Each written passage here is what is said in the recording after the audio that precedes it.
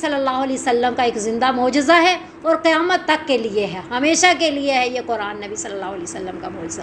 پہلی بات کہ نبی صلی اللہ علیہ وسلم امی تھے، بالکل ان پڑھ، نبی صلی اللہ علیہ وسلم نے لکھنا پڑھنا سیکھا ہی نہیں، کسی محفل میں بھی ایسے نہیں بیٹھے جا کے جیسے باقی امیین بیٹھ جایا کرتے تھے۔ آپ صلی اللہ علیہ وسلم نام لکھنا نہیں جانتے تھے۔ آپ صلی اللہ علیہ وسلم نے نبوت سے پہلے سفر ہی تو دو کیے جہاں پہ پڑھے لکھے لوگ تھے، وہ بھی صرف تجارت کی غرض سے ہوئے، پڑھائی کی غرض سے نہیں ہوئے۔ تو پتہ چلا نبی صلی اللہ علیہ وسلم لکھنا پڑھنا کچھ بھی نہیں جانتے تھے۔ پھر نبی صلی اللہ علیہ وسلم کی زبان پہ اچانک ایسا کلام جاری ہو جانا کہ جس کی مثال اتنے چیلنج کے باوجود بڑے فصاحت و بلاغت والے بھی لا نہیں سکے، تو یہ زندہ معجزہ ہے نبی صلی اللہ علیہ وسلم کا۔ دوسری بات کہ پچھلی قوموں کے قصے ہمارے پاس کہاں سے آئے، ہم نے کہاں سے جانا؟ حضرت یونس علیہ السلام کے بارے میں، حضرت ابراہیم علیہ السلام کے بارے میں، یہ سب کچھ ہم نے کہاں سے جانا؟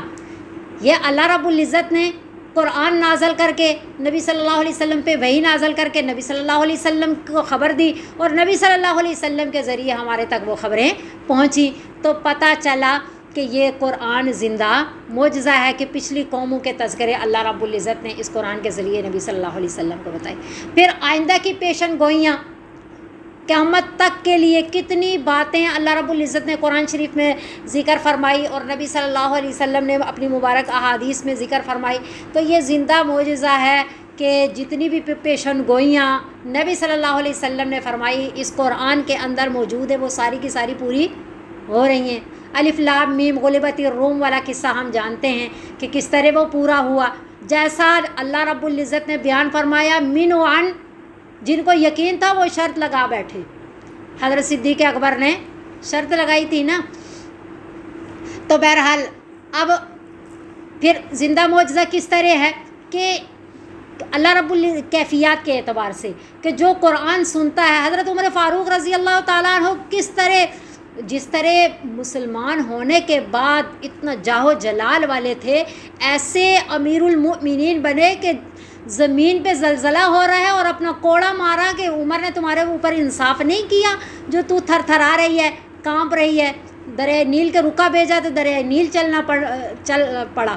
تو اسی طرح وہ کفر میں بھی بہت زیادہ سخت تھے، کفر کو ان سے بہت زیادہ طاقت ملی ہوئی تھی، وہ اپنے مذہب میں بہت سخت تھے، وہ سردار تھے اپنے لوگوں کے، اور گھر سے چل پڑے تھے نبی صلی اللہ علیہ وسلم کو قتل کرنے کی غرض سے۔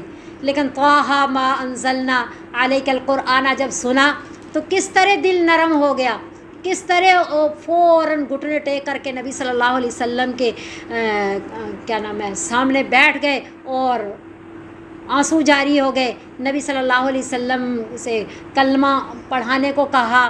تو یہ کیا تھا؟ یہ قرآن کی وہ کیفیات ہیں۔ وَإِذَا سَمِعُوا مَا أُنزِلَ إِلَى الرَّسُولِ تَرَىٰ أَعْيُنَهُمْ تَفِيضُ مِنَ الدَّمْعِ، آنسو بہہ پڑتے ہیں۔ اور پھر اس کا دیکھیں کلام پاک جتنی بار ہم پڑھیں اس سے دل نہیں ہٹتا، دل کرتا ہے اور پڑھتے چلے جائیں۔ اس کی تفسیر ہزاروں بار پڑھ لیں، ہر بار اس کے علوم و معارف ایسے ہیں کہ نئی باتیں خود بخود دل و دماغ میں آتی رہتی ہیں۔ پتہ چلا کہ کتنی بار پڑھ چکے ہیں لیکن لگ رہا ہے پہلی بار پڑھ رہے ہیں، اور باتیں ملتی رہتی ہیں۔ تو یہ سب اس کا معجزہ ہونے کی۔ پھر اللہ رب العزت نے پہلی کتابیں کس طرح تحریف شدہ ہو گئیں، لیکن اس کے بارے میں اللہ نے کیا فرمایا؟ انا نحن نزلنا الذکر وانا لہ لحافظون، ہم نے اس قرآن کو نازل کیا اور ہم ہی اس کی حفاظت کرنے والے ہیں۔ تو یہ نبی صلی اللہ علیہ وسلم کا معجزہ ہے۔ بہرحال لمبی بات ہو گئی ہے۔ قرآن کا یہ اسلوب ہے کہ جہاں جنت کا تذکرہ ہوگا پھر ساتھ جہنم کا بھی ہوگا، جہاں ایمان والوں کا تذکرہ ہے وہاں پھر کفار کا بھی تذکرہ ہے، پھر ایمان والوں کی علامات ان کی صفات بتائی جاتی ہے تو پھر کافروں کی بھی بتائی جاتی ہیں، تاکہ انسان کے لیے ہدایت کی راہ پہ چلنا آسان ہو جائے۔ تو یہاں پھر جب ان کا تذکرہ تھا کفار کا کہ اعدت للکافرین، کافروں کے لیے جہنم تیار کی گئی ہے، تو پھر فرمایا کہ جو اللہ کی وحدانیت کو بھی مانتے ہیں، نبی صلی اللہ علیہ وسلم کی رسالت کو بھی مانتے ہیں، قرآن کے معجزہ ہونے کو بھی تسلیم کرتے ہیں تو یہ ایمان والے ہیں۔ تو وبشر الذین، خوشخبری دے دیجیے ان لوگوں کو آمنو جو ایمان لائے، وعملوا الصالحات اور اعمال صالحہ کیے۔ دیکھیں یہاں خوشخبری دی گئی تو ایمان کے ساتھ اعمال صالحہ کا تذکرہ ہے۔ یہاں تھوڑی سی بات سمجھنے والی ہے کہ ایمان ایسی طاقت ہے کہ ایک سائیڈ پہ اگر آپ ساری دنیا کے کافر رکھ لیں اور ایک سائیڈ پہ ایک پلڑے پہ آپ ادنا درجے کا کمزور ایمان والا رکھیں تو یہ پلڑا بھاری ہوگا، کیونکہ ایمان ایک طاقت والی چیز ہے، ایک بہت بڑی طاقت اللہ رب العزت نے ایمان کی دی ہے۔ جس کے اندر ایمان ہے اس کے لیے خالدون نہیں ہو سکتا، ہمیشہ ہمیشہ کی جہنم نہیں ہو سکتی۔ جتنا ایک عمل بھی نہیں کیا، کتنا عرصہ جہنم میں رہے، لیکن جہنم سے نکل کر کے جنت میں ضرور آئے گا۔ اس کو جہنم کی دائمی زندگی نہیں مل سکتی۔ جس نے لا الہ الا اللہ محمد رسول اللہ پڑھ لیا وہ اس کے لیے جہنم کا دوام نہیں ہے، چاہے ایک نیکی بھی اس نے نہیں کی۔ لیکن یہ ہے کہ ایمان کے ساتھ اعمال صالحہ ہوں گے تو پھر جہنم سے نجات ہوگی، یعنی جتنے اچھے اعمال ہوں گے، اعمال والا پلڑا بھاری ہو گیا تو جہنم میں جائے گا ہی نہیں، سیدھا جنت میں چلا جائے گا۔ اس لیے ایمان کے ساتھ اعمال صالحہ ضروری ہیں۔ جتنا ہم اعمال میں بڑھتے چلے جائیں گے اتنا جنت کے درجات بڑھتے چلے جائیں گے۔ ان لہم، خوشخبری دے دیجیے ان لوگوں کو جو ایمان لائے اور انہوں نے اعمال صالحہ کیے، ان لہم یہ کہ ان کے لیے جنات، بہشتیں ہیں، باغات ہیں، ایسے کہ تجری چلتی ہیں، من تحتی الانہار، ان کے نیچے سے نہریں۔ اور جنت کا ایک ہلکا سا نقشہ بتایا، حالانکہ جنت اور جہنم کے بارے میں کیا ہے، فلا تعلم نفس ما اخفی لهم من قرۃ اعین، کہ دلوں میں بھی، دماغوں میں بھی وہ خیال بھی نہیں پیدا ہو سکتا کہ جنت کی نعمتیں کیسی ہیں یا جہنم کے عذابات کیسے ہیں۔ یہ تو صرف ہلکا سا نمونہ جنت اور جہنم کا اللہ دکھا رہے تھے۔ ان میں سے تھوڑا سا یہ تذکرہ کیا اللہ نے کہ کلما، جب کبھی، رزقو، رزق دیے جائیں گے وہ، منہا، ان باغات سے، من ثمرۃ، پھلوں کے، رزقاً، رزق، قالو، کہیں گے وہ، ھذا الذی، یہ تو وہی ہے، رزقنا، جو دیا گیا ہمیں، من قبل، پہلے۔ اب اس کی دو تفسیریں ہیں۔ ایک تفسیر تو یہ ہے کہ جنت میں ملتے جلتے پھل دیے جائیں گے، ایک بار جو دیا جائے گا، جب دوسری بار دیا جائے گا تو پھر وہ کہیں گے کہ یہی تو ہمیں پہلے بھی ملا ہے، لیکن جب اس کو وہ کھائیں گے تو پہلے والے کا ذائقہ اور اس کا ذائقہ بالکل مختلف ہوگا۔ اور جنت میں ایسا کیوں ہوگا؟ لطف بڑھانے کے لیے، کہ جب دیکھنے میں ظاہری طور پہ ایک جیسے محسوس ہوں گے، لیکن جو ہی ان کو کھائیں گے تو ان کا ذائقہ بالکل الگ ہوگا تو ان کا لطف بڑھ جائے گا۔ تو اس لیے جو ہے ایسے ملتے جلتے دیے جائیں گے کہ اچانک جو خوشی ملتی ہے نا وہ بندے کو قلبی راحت دیتی ہے، زیادہ خوش کر دیتی ہے۔ تو ایک معنی یہ ہے، اور دوسرا معنی یہ ہے کہ دنیا میں جو پھل ہیں جیسے انگور ہے، جیسے کیلے ہیں، جو کچھ بھی ہے، اسی طرح کے جنت میں بھی ملیں گے، شکل و صورت ان کی یہی ہوگی۔ تو وہ یہ کہیں گے کہ یہ تو دنیا میں ہمیں پہلے مل چکے ہیں، تو پھر جب وہ ان کو استعمال کریں گے تو ان کا ذائقہ دنیا کے پھلوں کی طرح نہیں ہوگا اور اس سے وہ لطف اندوز ہوں گے۔ تو اس نعمت کا تذکرہ ہے۔ اور ایک یہ ہے کہ وَلَهُمْ، اور ان کے لیے، فیہا، اس جنت میں، ازواجن، بیویاں ہوں گی، مطہرۃ، پاکیزہ۔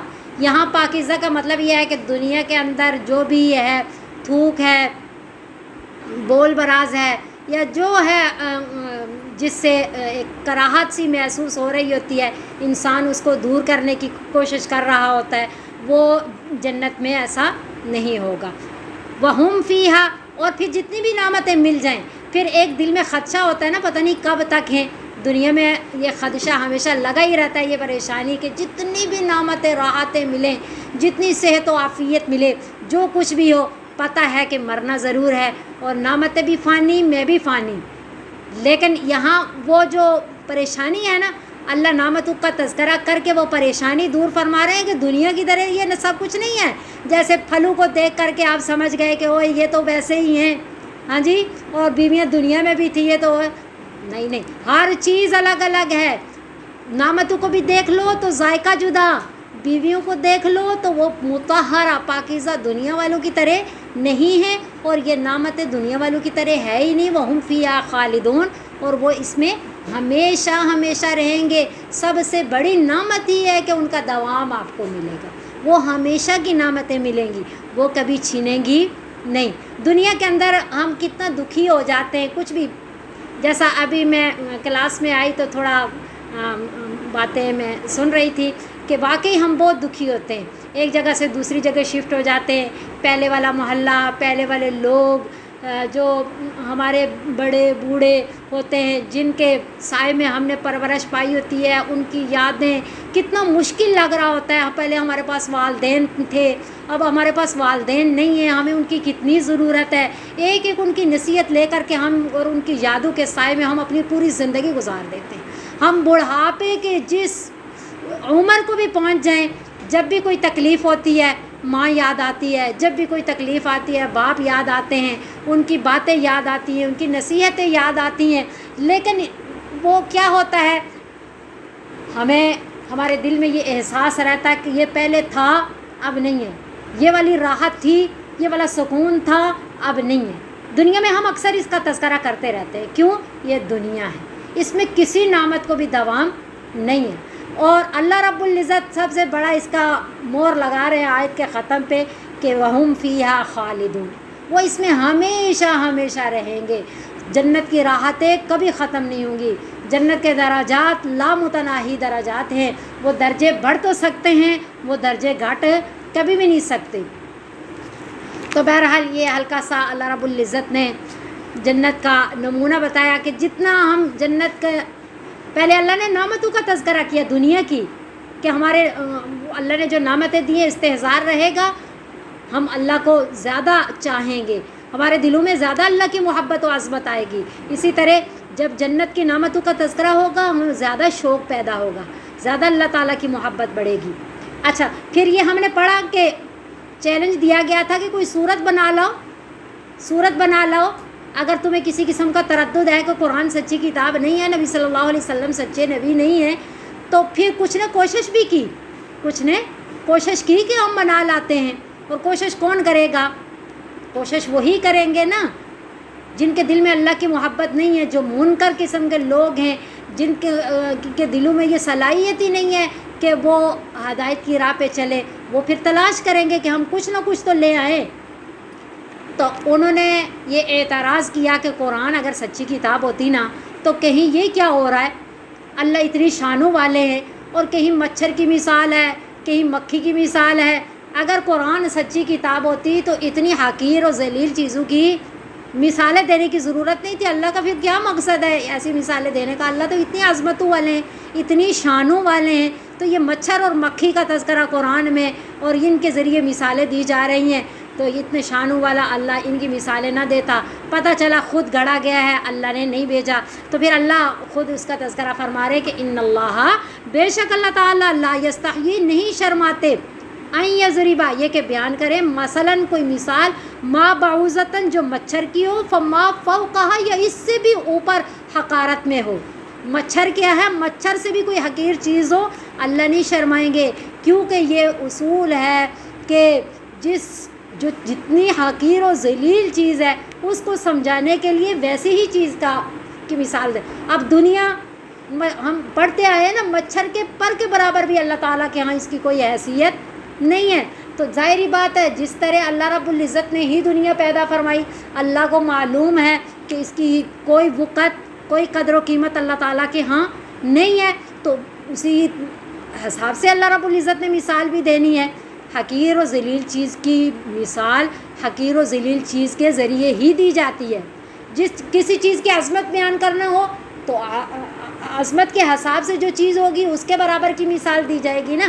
اور جو حقیر و ذلیل چیز ہے اس کی مثال بھی حقیر و ذلیل چیز کے ذریعے دی جائے گی. فَأَمَّا الَّذِينَ، اللہ فرماتے ہیں کہ یہ مچھر مکھی کی بات نہیں ہے، بات آپ لوگوں کی ہے کہ کون اس سے ہدایت پاتا ہے، کون اس سے گمراہ ہوتا ہے، کون اس کو ٹھیک طریقے سے سمجھتا ہے اور کون الٹے طریقے سے دماغ کو استعمال کرتا ہے. تو اللہ فرما رہے ہیں فَأَمَّا الَّذِينَ پس بہرحال وہ لوگ آمنو جو ایمان لائیں جو مومن ہیں فَيَعْلَمُونَ پس وہ جانتے ہیں أَنَّهُ الْحَقُّ یہ کہ یہ حق ہے یہ سچ ہے. موقع کے مناسب بھی اللہ مناسبت سے ہی اللہ رب العزت نے مثال بیان فرمائی ہے. مِن رَبِّهِمْ ان کے رب کی طرف سے ہے. انہیں پتہ ہے کہ یہ اللہ تعالیٰ کی طرف سے ہے اور اللہ رب العزت کا جو مقصد ہے جو موقع ہے اللہ نے اسی کے حساب سے ہی بیان فرمائی ہے. وَأَمَّا الَّذِينَ اور بہرحال وہ لوگ کفروا جنہوں نے کفر کیا جو کافر ہیں فَيَقُولُونَ وہ کہتے ہیں کہ ماذا اراد اللہ کیا کچھ ارادہ کیا اللہ رب العزت نے بہذا مسئلہ اس مثال کے ذریعے یہ کیا ہو رہا ہے. اللہ رب العزت اتنی شانوں والے اور مچھر مکھی کی بات کر رہے ہیں تو اللہ فرما رہے ہیں کہ یضل بہ کثیرا گمراہ کرتے ہیں اللہ اس قرآن کے ذریعے زیادہ کو. قرآن تو ہدایت کا ذریعہ تھا تو گمراہ کیا مطلب قرآن کی ایک آیت اترے گی اس کے منکر جو ہیں وہ تھوڑے گمراہ ہیں. جب دوسری آیت نازل ہوگی اس کے منکر بنیں گے تو تھوڑے اور گمراہ ہو گئے. تو جتنا انکار بڑھتا جائے گا اتنی ان کی گمراہی بھی بڑھتی جائے گی. تو پتہ چلا سارے اس قرآن کے ذریعے ہدایت نہیں پاتے. وَيَهْدِي بِهِ كَثِيرًا اور ہدایت پاتے ہیں اس کے ذریعے زیادہ یعنی بہت سے لوگ ہدایت بھی پاتے اور بہت سے لوگ گمراہ بھی ہوتے. اور اللہ فرما رہے ہیں کہ ہر کوئی گمراہ نہیں ہوتا. وَمَا يُضِلُّ بِهِ اور نہیں گمراہ ہوتے اس قرآن کے ذریعے إِلَّا الْفَاسِقِينَ مگر فاسق قسم کے لوگ جن کا اندر ہی ٹھیک نہیں ہے وہ اس کے ذریعے گمراہ ہو رہے ہیں. اب فاسق کسے کہتے ہیں؟ قرآن کی اصطلاح میں فاسق کہتے ہیں فسق کا مطلب اصل میں ہوتا ہے خروج نکل جانا یعنی اسلام سے نکل کے کفر میں ہو جانا یا ہدایت کی راہ سے گمراہی کی طرف چلے جانا یا نیکوکاری والی زندگی سے نکل کر کے گناہگاری والی زندگی کی طرف چلے جانا. تو یہ ایک جو قرآن کی اصطلاح ہے اس میں اکثر جہاں فاسقین کا لفظ قرآن میں استعمال ہوا ہے وہ کافروں کے لیے استعمال ہوا ہے. بہت کم جیسے سورہ حجرات میں ہم نے پڑھا کہ فاسق کا ان کے لیے لفظ استعمال ہو گیا. تو وہ ایک دو جگہ ایسی ہیں جہاں کسی ایمان والے کو فاسق کہہ دیا گیا ورنہ قرآن کے اندر جہاں کہیں بھی فاسق کا لفظ استعمال ہوا ہے وہ کافروں کے لیے استعمال ہوا ہے. لیکن فقہا کی اصطلاح میں جو فاسق فاجر ہم بولتے ہیں نا فاسق ہے فاجر ہے تو فاسق کسے کہتے ہیں اور فاجر کسے کہتے ہیں؟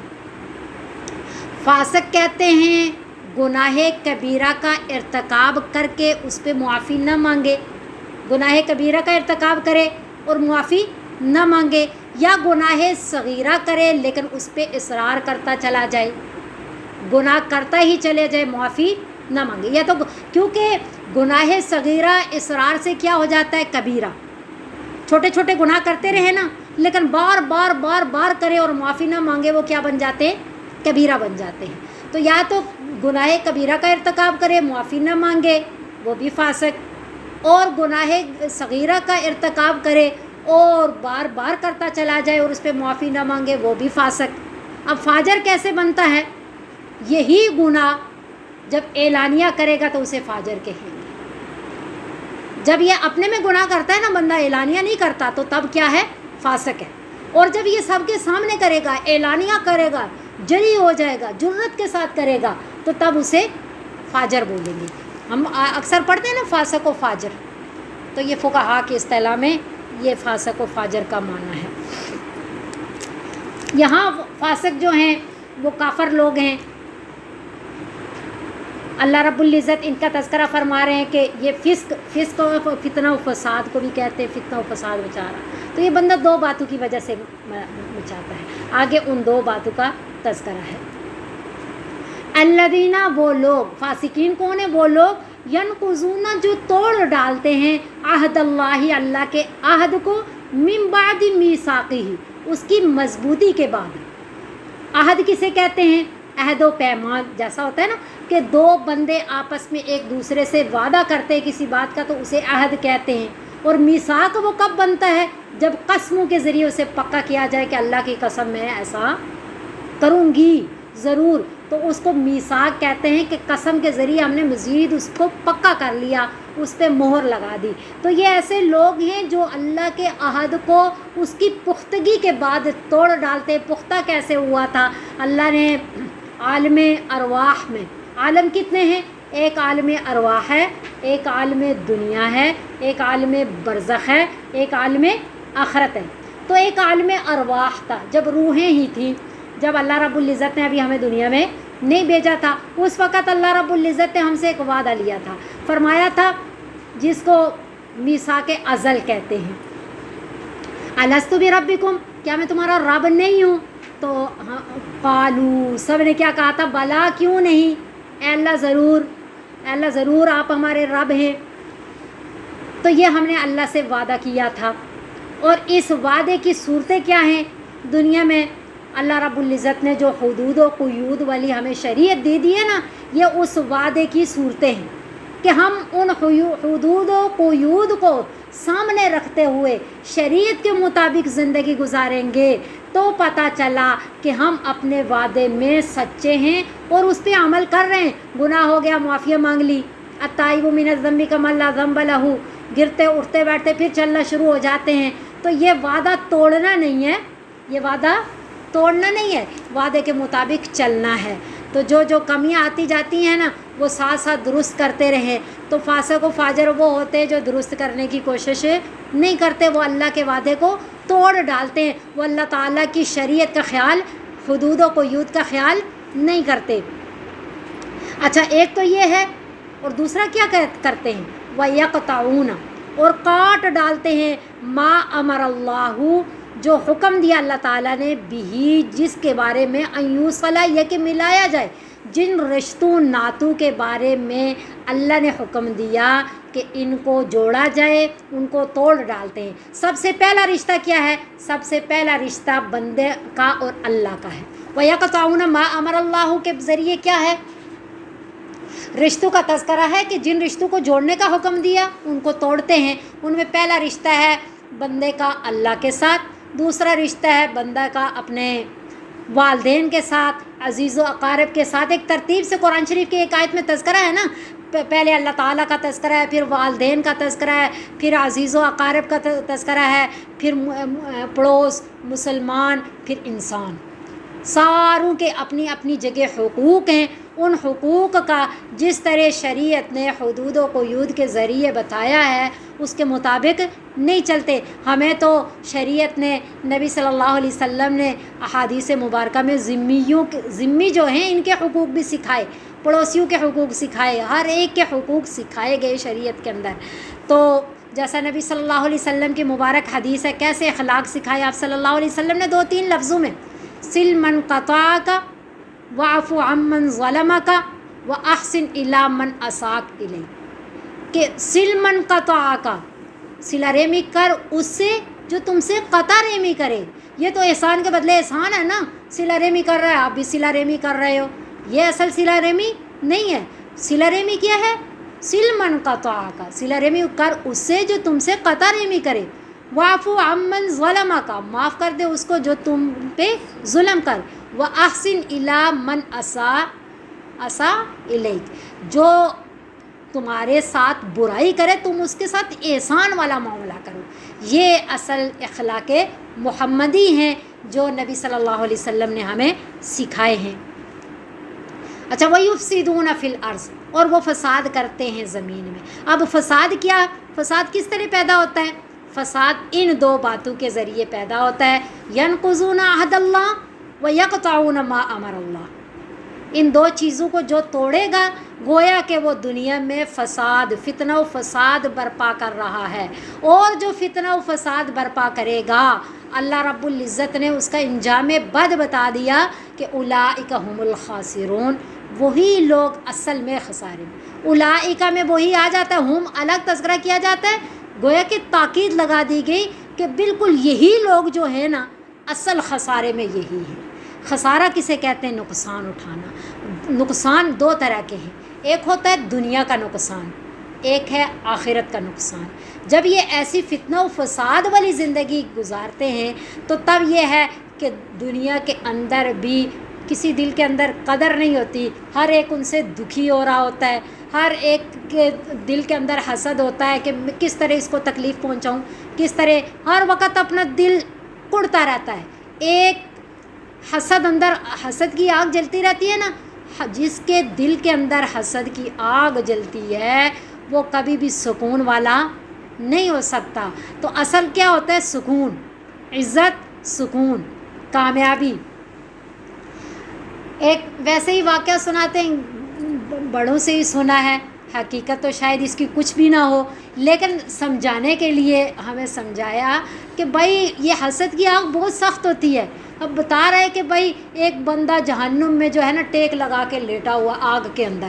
تو کسی نے پوچھا کہ آپ کو آگ محسوس نہیں ہو رہی؟ جہنم جو دنیا کی آگ سے 70 گنا زیادہ ہے، اور جس کے بارے میں تو بندہ دنیا کی آگ کے قریب انگلی لے کر کے جائے تو کتنی تکلیف محسوس ہوتی ہے، کتنے دن اس کی جلن ہاتھ سے ختم نہیں ہوتی، اور اس سے 70 گنا بڑھ کر کے ہے جہنم کی آگ، اور تم جہنم کی آگ میں ٹیک لگا کر کے بیٹھے ہو اتنی راحت کے ساتھ. یہ کیا؟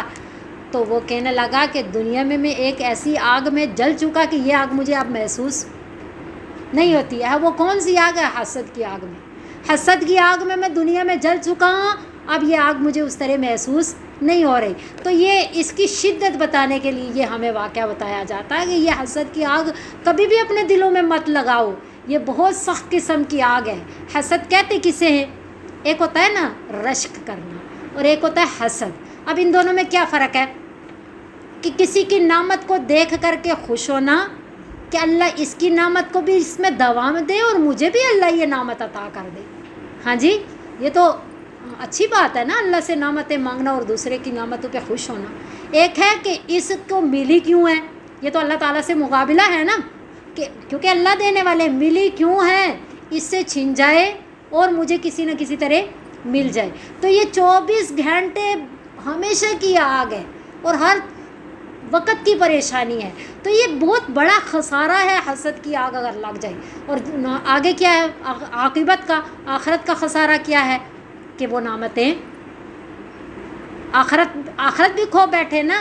وہ نعمتیں دنیا میں بھی ملی نہیں، حسد کی آگ میں بھی جلتے رہے، اور آخرت میں بھی پھر انجام بد یہ ہوا کہ بس اس کی سزا ہی کاٹنی ہے، اب ملنا کچھ بھی نہیں ہے.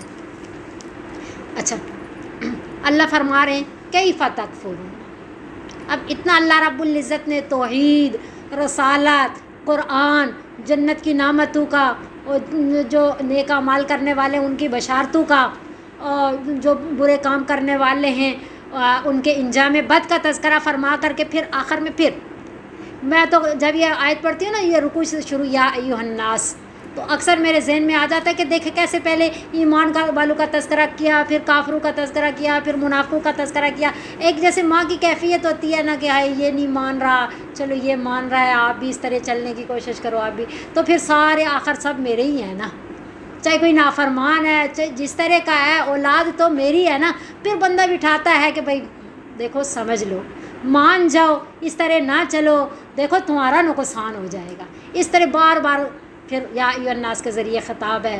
پھر کبھی کس طرح اللہ جنت کی نعمتوں کا تذکرہ کر رہے ہیں، کبھی جہنم کی نعمتوں کا تذکرہ کر رہے ہیں، کبھی اپنی نعمتوں کا تذکرہ فرما رہے ہیں کہ مان جاؤ. پھر آخر میں پھر اس رکوع کے آخر میں دیکھیں اللہ کیسے فرما رہے ہیں کیف تکفرون. یعنی سمجھ آنے والی بات نہیں، کیسے انکار کرتے ہو تم باللہ، اللہ کا، کیسے منکر بن جاتے ہو اس وحدہ لا شریک ذات کا کہ وکنتم امواتا. اپنی اصلیت پہ غور کرو کہ تم مردہ تھے، تم کچھ بھی نہیں تھے، تم ایک گندا ایک نطفہ تھے، کہاں کہاں کے ذرات اللہ نے اکٹھا کر کے جو کچھ بھی نہیں تھے. تو فاحیاکم، اللہ نے تمہیں زندگی عطا کی ہے. تم نابود تھے، تمہیں بود میں لایا اللہ نے، کچھ بھی نہیں تھے، تمہیں اشرف المخلوقات بنا دیا اللہ رب العزت نے. اللہ اب تمہیں زندگی ہی نہ دیتا تم کیا کرتے؟ دیکھو اللہ نے تمہیں زندگی دی ہے. ثم یمیتکم، پھر وہ مارے گا تمہیں.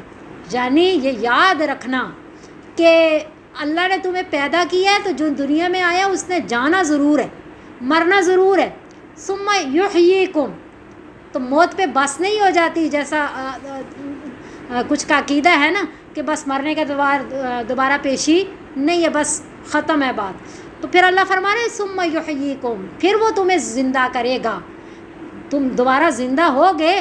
ثم الیہ ترجعون، پھر اسی کی طرف تم لوٹائے جاؤ گے. جب جانا اسی کے پاس ہے، جب پیدا بھی اسی نے کیا، ہر نعمت بھی اسی نے دی, واپس جانا بھی اسی کے پاس ہے. تو سمجھ نہیں آتی کہ درمیانی جو وقت ہے, نہ اپنی مرضی سے آئے نہ اپنی مرضی سے جا رہے, اللہ کے وہاں پیشی ہوگی, عدالت کھلے گی, اللہ ہی فیصلہ فرمائیں گے, تو پھر کیسے تم اللہ کا انکار کرتے ہو؟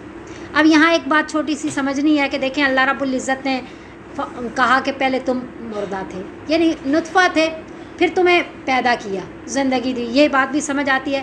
پھر تمہیں مارے گا, یہ بھی بات سمجھ آتی ہے کہ ایسا ہی ہوتا ہے, اور پھر تمہیں زندہ کرے گا دوبارہ آخرت میں. تو یہ بھی ہم سمجھتے ہیں, عقیدہ آخرت ہمارا ٹھیک ہے. درمیان میں ایک زندگی ہے جسے حیات برزخی کہتے ہیں, اس کا یہاں تذکرہ نہیں کیا کہ تم جو ہی مرو گے قبر میں تمہیں واپس زندگی مل جائے گی, تو اس کا تذکرہ نہیں ہے. تو اس کے بارے میں بات سمجھیں کہ وہ جیسا ہم دنیا میں زندہ ہیں نا, کچھ اختیار ملا ہوا ہے, اپنے اختیار سے آگے پیچھے ہوتے ہیں, اپنے اختیار سے اعمال کرتے ہیں اور ہر چیز کو سمجھتے ہیں. ایک ہم رات کو سوئے ہوئے خواب دیکھتے ہیں, اس میں بھی ہم چل پھر بھی رہے ہوتے ہیں, سزا بھی کاٹ رہے ہوتے ہیں. پرسوں میں کافی رو رہی, ایک اچھا خواب نہیں دیکھا تھا, اس میں تو کافی یعنی تکلیف ہو رہی ہوتی ہے. خواب میں بھی سب ہم محسوس کر رہے ہوتے ہیں, لیکن وہ حقیقت نہیں ہوتی, وہ کیا ہوتی ہے, خواب ہوتا ہے. تو برزخی زندگی گویا کہ بالکل جیسے دنیا کی ہماری زندگی ہے اور بالکل آخرت کی جیسے زندگی ہے, ایسی برزخی زندگی نہیں ہے, ایسے خواب کی طرح ایک زندگی ہے. اور اگر اصل زندگی بھی ہو تب بھی یہ ایک الگ قسم کی زندگی نہیں ہے, یا تو ہماری دنیا کی زندگی کا تکملہ ہے, اختتام ہے وہ, ہاں پھر اصل وہ زندگی شروع ہوگی جو ہم اٹھیں گے, یا پھر اس کا مقدمہ ہے, یعنی مر کے دوبارہ جب قبر میں زندہ ہو گئے تو گویا کہ شروع ہو گیا آخرت کا سلسلہ. تو یا آخرت کی زندگی کا مقدمہ ہے یا دنیا کی زندگی کا اینڈ ہے, تکمیلہ ہے, ٹھیک ہے. تو اس لیے اس کا الگ طور پہ تذکرہ نہیں کیا, وہ اس میں اندر آ ہی گیا. هو الذی, وہی ذات ہے, خلقہ جس نے پیدا کیا, لکم تمہارے لیے, ما فی الارض, یہ ما جو لفظ ہے نا, کائنات کی کوئی ذرہ برابر بھی چیز رہتی نہیں ہے, ما میں سب کچھ آ جاتا ہے, جو کچھ بھی ہے, ما فی الارض, جو کچھ بھی ہے, جمیعاً سارے کا سارا. اللہ فرما رہے ہیں کہ جو کچھ بھی کائنات کے اندر ہے سب کچھ میں نے تمہارے لیے پیدا کیا. دیکھیں اللہ نے واضح فرما دیا, اور تمہارے لیے پیدا کیا تو پتہ چلا ساری کی ساری ہر چیز کیا ہے, ہمارے فائدے کے لیے, ہر چیز فائدے کے لیے. حالانکہ ظاہری طور پہ ہم دیکھتے ہیں کہ ہر چیز ہمارے فائدے کے لیے نہیں ہے اور ہر چیز حلال بھی نہیں ہے, لیکن اللہ کہہ رہے ہیں کہ سب کچھ جو ہے تمہارے لیے پیدا کیا. اب اس کا کیا مطلب ہے؟ اس کا مطلب یہ ہے کہ دیکھیں, یا تو پہلی بات یہ ہے ہر چیز سے ہم فائدہ اٹھا رہے ہوتے ہیں, یا بالواسطہ یا بلا واسطہ, یا ایک چیز سے فائدہ اٹھا رہے ہوتے ہیں اسی سے, یا کسی اور ذریعے سے اس چیز سے فائدہ اٹھا رہے ہوتے ہیں. دنیا کے اندر کتنی نعمتیں ایسی ہیں جن کو ہم محسوس کرتے ہیں, فائدہ بھی اٹھا رہے ہیں, محسوس بھی کرتے ہیں. بہت ساری نعمتیں ایسی ہیں جن کو ہم محسوس نہیں کر رہے ہوتے, لیکن ہم ان سے فائدہ اٹھا رہے ہوتے ہیں. ہمیں تو نہیں پتہ چلتا نا سیب کب اس کے اندر رنگ آیا, سورج سے آیا, چاند سے آیا یا ستارے سے آیا, اس کے اندر مٹھاس کب آئی, کیسے آئی.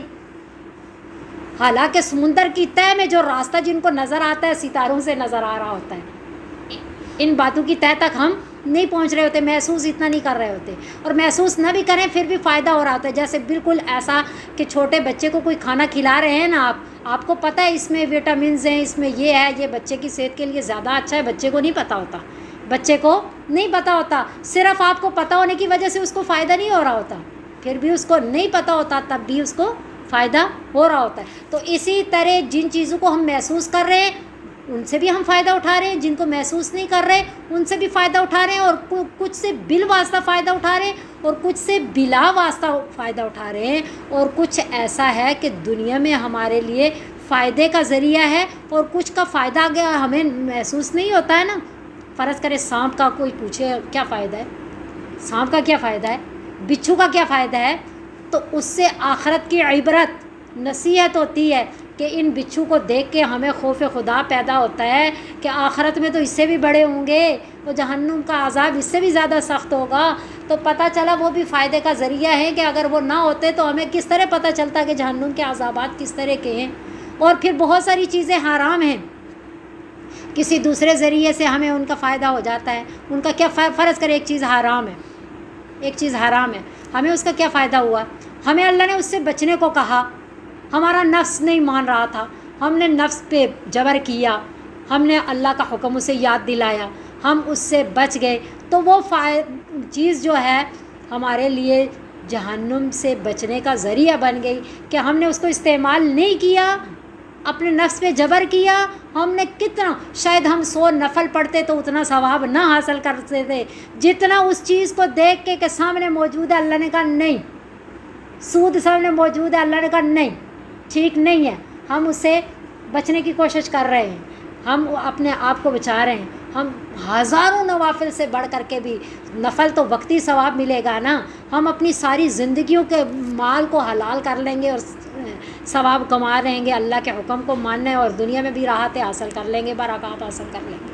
تو ہر چیز اللہ نے جب کہہ دیا هو الذی، وہی ذات ہے، خلق، جس نے پیدا کیا، لکم، تمہارے لیے اور پکی بات ہے تمہارے لیے پیدا کیا، ما فی الارض، جو کچھ بھی زمین میں ہے، جو کچھ بھی ہے، جمیعاً، سارے کا سارا تمہارے لیے پیدا کیا، اور تمہیں اس سے فائدہ ملے گا۔ نہیں ہے چیز نکمی کوئی زمانے میں، کوئی برا نہیں قدرت کے کارخانے میں۔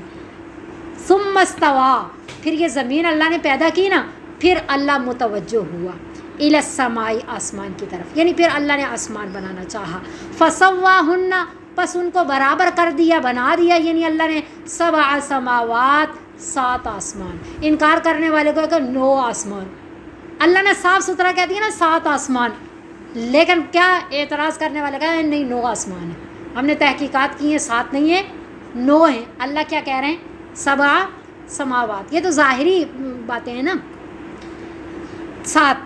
اب یہاں پہ اللہ نے پہلے زمین کا تذکرہ کیا، پھر آسمان کا تذکرہ کیا کہ پہلے زمین بنائی پھر آسمان۔ اب سورہ نازیات میں ہم دیکھیں تو اللہ فرما رہے والارض بعد ذالک دحاہا، اس کے بعد ہم نے زمین کو بچھایا، تو وہاں اللہ کہہ رہے ہیں ہم نے زمین کو بعد میں بنایا، یہاں اللہ کہہ رہے ہیں ہم نے زمین میں کو پہلے بنایا۔ تو اب کیا پتہ چلے گا، زمین اللہ نے پہلے بنائی، پھر آسمان اللہ نے بنایا، اور زمین کے اندر دہا بچھایا، یعنی اس کی ضرورت کی جتنے چیزیں تھیں پھر آسمان کے بعد اللہ نے اس میں وہ پیدا فرمائی۔ تو اس طرح اللہ رب العزت نے زمین کے پہلے بنایا، پھر اللہ نے آسمان کے بنایا، اور پھر آسمان بنانے کے بعد زمین کی تمام تر چیزیں جو انسان کی زندگی کی بقا کے لیے تھی، ضروریات کے لیے تھی، وہ اللہ رب العزت نے پیدا فرما دی۔ وَهُوَ بِكُلِّ شَيْءٍ عَلِيمٌ، اور وہ اللہ ہر چیز کو جاننے والے ہیں،